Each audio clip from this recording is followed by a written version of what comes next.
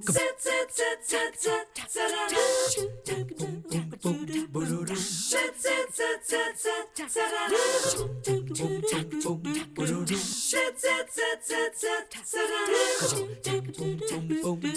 morning. So nice to have you join us on another great day here in the Chattanooga area. I almost said a great day in the neighborhood because, as you can tell, I'm still home in mine. But I hope you are having an excellent day. Looking forward to a fun weekend ahead. And if you have been in the Chattanooga, Tennessee Valley for any length of time, it comes as no surprise to you to hear the idea that when a disaster strikes, a crisis occurs, there are so many people, volunteers, who will jump in to do what they can to help. And if you have ever wished that you could have some training to be one of those people who knew how to be the boots on the ground to get the help to those who need it, you are in luck because Major Larry Stewart is on the show with us. He says just call him Larry, but he is a major with the Civil Air Patrol, and he's excited because right now they are taking applications for 12 coveted spots for something called Beginner Emergency Services Training. Good to see you this morning, Larry. Nice to be with you, Julie. I think you told me that this is kind of the best kept secret in town. Yeah, Civil Air Patrol is in all 50 states. We have 550 aircraft and over 50,000 members, but almost nobody knows about us. So what you're doing, I know you told me that even just since you and I spoke a week or so ago, 2 of these 12 spots have already been taken. So there are 10 left. What you're going to do is train people to do what? Well, they're going to become fully functioning members of our Choo Squadron here in Chattanooga. We will, by the end of the 10 weeks, we'll qualify them to be able to be ready for their first promotion to second lieutenant, and they'll become qualified for taking a ride in an aircraft. What that means is we're going to teach them the mission scanner duties. They'll meet those qualifications, and then they have to get in the CAP airplane and fly twice to prove that they've understood what they were trained to do and are mission ready. Now, when you say they're going to fly twice, you mean they will be a passenger in the plane? That's right. When a CAP airplane goes up for a mission like this, there's typically 3 people in the air crew. Sitting in the front left seat is the pilot, and their job is to fly the plane and keep it safe. So they're not out looking out the windows, they're making sure that we're in good shape. The mission observer sits in the right seat, and they help with communications and make sure that the overall mission is going well. And then the person in the back seat, for example, if I'm riding as a mission scanner, when we are in grid or we're doing the search pattern, then my eyes are out on the ground looking for either a downed aircraft or if we're searching for a missing person, something like that. And then following the mission scanner training for those people who would like to go on, we offer the airborne photographer training.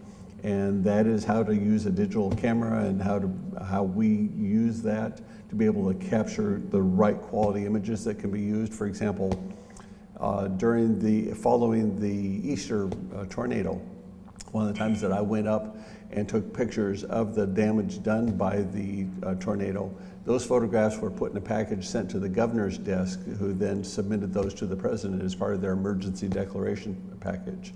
So we take pictures of flooding, tornadoes, hurricanes, things like that also. And I think you told me that this work that you do is not just here in the Tennessee Valley area. If need be, you could go even out west to help with the situation out there. Yes, CAP is in all 50 states plus Puerto Rico. We have 550 aircraft across the U.S. And we sometimes get called to work other areas. I've flown over to North Carolina to assist when they had flooding issues a few years ago.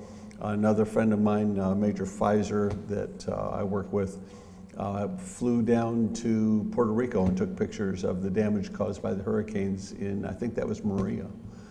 So there's lots of opportunities to be able to travel around and help if you'd like to. And then we're volunteers, and some of us are available more because they're retired or whatever. But many of us have jobs, and this is a part-time thing. And so generally we meet a couple times a month on Thursday nights, every other week. And then once or twice a quarter, we show up and we participate in what we call a search and rescue exercise, or a SAREX, an opportunity to be able to go practice the skills, either receive additional training or help others get trained. So that's very interesting to me because I can see the appeal for someone who is retired, because you do have that time to volunteer. But I could also see this being really interesting to people who've either just graduated from high school, or perhaps they're taking a gap year, not quite sure what they want to do for college. I mean, this is a real skill to add to a resume. It really is. I've known people who have gone through, for example, I also serve, I'm public affairs, but I also serve as a safety officer. I've known people who've served as safety officer and then gone on and changed professions and used that skill that they learned in a new career. Public affairs officer, I also know somebody who's moved off in that direction. So the skills that we learn are real life skills and can be translatable into the career. Well, on the skills side of it, I know that you got the registration, you want those applications in by the end of July. The classes themselves, I think, begin sometime in September. But what does that 10 weeks course look like? How many times are you meeting? We're meeting 10 times during a 10-week period. It's Thursday nights. Once a week? Yeah, once a week from 7 to about 9:30. And we will, we're part of the Air Force, we're the Air Force Auxiliary, and so there's certain regulations to be met, certain educational requirements that have to be met in order to be able to wear the uniform, become part of the air crew, and a functioning member of the squadron. So we're going through that during those 10 weeks. We're also spending more than half the time on the mission qualifications themselves to be a mission scanner. And again, if you are a mission scanner, that could be something like, we see it often, a hiker who's lost in the woods, or you mentioned a downed plane. It's something like that where you're helping to locate them in the wilderness. That's exactly right. CAP across the nation is usually credited with about 100 saved lives a year for what we do.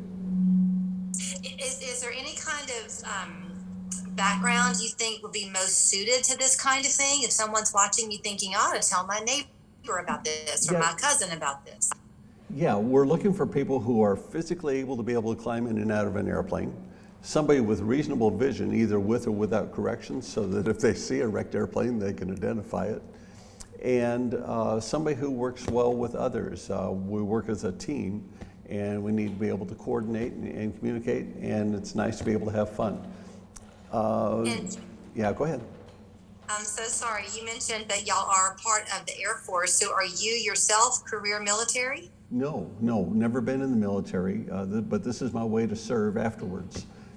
We are a part of the Air Force Auxiliary, and our funding, for example, most of the fuel that's burned in the airplane that you're looking at there, the funding for the plane came from the Air Force, the fuel comes from the Air Force, and then the volunteers, that comes from us. And obviously these meetings are happening at the airport on those Thursday nights, but as long as you're within our DMA watching you today, anybody can come and be a part of it, right? You don't have to live in Hamilton County. That's true. We also have people from North Georgia that come up for us too. And we're really creating an opportunity that will appeal to people who want to be around general aviation. You know, most people don't get a chance to be around a small aircraft. And this is an opportunity, without having to pay big money for a pilot's training, to be able to come out, work with an aircrew, walk the tarmac, climb in the plane, and go flying without having to write a check. You mentioned money. I don't remember if there is a fee associated with this training. Yeah, it's not associated with the training, but there's $66 a year to belong to Civil Air Patrol as dues.